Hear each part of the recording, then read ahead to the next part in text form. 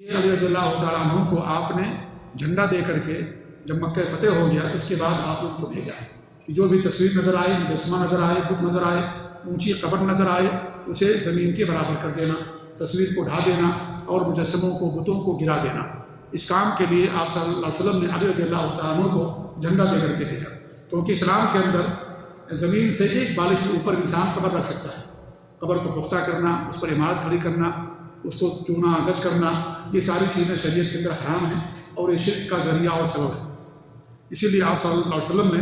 جب مکے پر آپ کو کنٹرول حاصل ہوا تو آپ نے تمام بتوں کو گرا دیا، اونچی قبروں کو آپ نے زمین کے برابر کر دیا۔ اور یہی کام جب علی رضی اللہ تعالیٰ عنہ کو خلافت ملی تو انہوں نے اپنے کمانڈر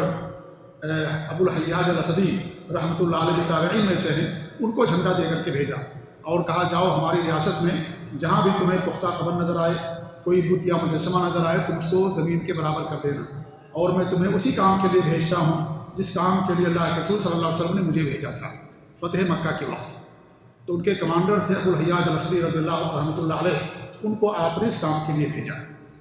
اس بات سے بات معلوم ہوتی ہے کہ یہ جو بتوں کے گرانے کا کام ہے، اونچی قبروں کو، پختہ قبروں کو زمین کے برابر کرنے کا کام ہے، یہ بادشاہ وقت اور حاکم وقت کی ذمہ داریوں میں سے ہے، یہ عام لوگوں کی ذمہ داریوں میں سے نہیں ہے۔ اس لیے آپ صلی اللہ علیہ وسلم نبی بننے کے بعد 13 سال مکہ مکرمہ کے اندر رہے، آپ نے کبھی کسی بت کو نہیں ڈھایا۔ اس کے بعد مکہ چھوڑ کر کے مدینہ گئے، 8 سال تک آپ وہاں رہے۔ 8 سال کے دوران صلح حدیبیہ کے موقع پر جب آپ کو روک دیا گیا، اگلے سال سن 9 ہجری میں آئے، ایسا جی ہاں کیا نام ہے عمرہ کرنے کے لیے، لیکن اس کے باوجود بھی آپ نے چونکہ مکے پر آپ کو کنٹرول حاصل نہیں تھا، مکے پر آپ کو اقتدار نہیں حاصل ہوا تھا، اس لیے آپ نے کچھ نہیں کیا۔ عمرہ کیا، خانہ کعبہ کا طواف کیا، صفا مروہ کی سعی کی، بال کٹایا اور وہاں سے 3 دن آپ نے قیام کیا، اس کے بعد سیدھے مدینہ کے لیے واپس آ گئے۔ لیکن جب مکہ فتح ہو گیا اور مکہ مسلمانوں کے زیر کنٹرول آ گیا تو اس موقع پر آپ نے صحابہ کرام کو بھیجا۔ تو اس سے معلوم ہوتا ہے کہ یہ جو اعمال ہیں یہ حاکم وقت کے اعمال ہیں، ان کی ذمہ داریوں میں سے ہماری ذمہ داری نہیں کہ ہم جا کر کے کسی اونچی قبر کو ڈھا دیں، کسی مزار کو ڈھا دیں یا کسی مجسمے کو یا کسی بت خانے کو ڈھا دیں، یہ ہماری اور آپ کی ذمہ داری نہیں ہے، یہ ذمہ داری حاکم وقت کی ہے۔ اگر وہ ذمہ داری ادا کرتا ہے، اللہ اسے سورج کو دیتا ہی کام لیتا تو الحمدللہ، اگر نہیں لیتا ہے تو قیامت کے دن اس سے باز پرس ہوگی، عام لوگوں سے باز پرس نہیں ہوگی، کیونکہ اسلام کے اندر ذمہ داریوں کی تقسیم ہے اور ہر کام ہر انسان سے مطلوب نہیں ہے، لہذا جس سے جو کام مطلوب ہے وہی انسان کرے گا، دوسرا آدمی اس کام کو نہیں کر سکتا۔ اگر وہ کرے گا تو فتنہ ہوگا، فساد ہوگا، امن و امان تباہ ہوگا، خونریزی ہوگی، قتل ہوگا اور انتشار ہوگا۔ اس لیے شریعت نے یہ حاکم وقت کو ذمہ دار بنایا ہے۔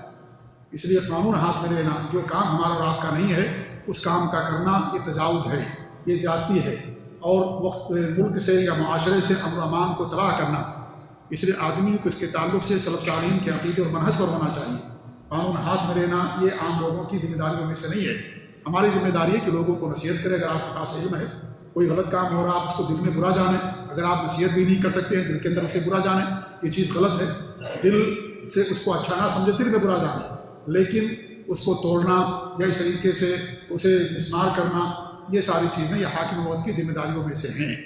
لہذا یہ عمل جو اگر کوئی کرتا ہے، کوئی تنظیم کرے یا چند افراد کریں، یہ عمل قطعاً جائز نہیں ہے، یہ سلف صالحین کے عقیدے اور منہج کے خلاف ہے، اور جو اسلام کی روح ہے اور جو ذمہ داریاں اسلام کے اندر تقسیم کی گئی ان کے یہ خلاف ہے۔ اس لیے آپ دیکھیے آپ صلی اللہ علیہ وسلم نے کبھی ایسا نہیں کیا، جی ہاں، کہ آپ 13 سال مکے میں رہے، 8 سال تک ہجرت کرنے کے بعد بھی آپ نے اسے کچھ نہیں کہا۔ جب سن 8 ہجری میں جب آپ نے مکہ کو فتح کر لیا، اس کے بعد جو ہے آپ نے یہ حکم دیا اور تمام چیزوں کو اٹھایا گیا۔ تو یہ حاکم وقت کی ذمہ داریوں میں سے ہے۔ اس لیے یہ انسان نہ سوچے کہ بھائی یہ تو بت خانے ہیں یا یہاں قبر پرستی ہوتی ہے، یہ مزار پرستی، ساری چیزیں حرام ہے شریعت کے اندر، لیکن اس کا ڈھانا ایک دوسرا عمل ہے، دوسرا کام ہے، یہ حاکم وقت کی ذمہ داریوں میں سے ہے۔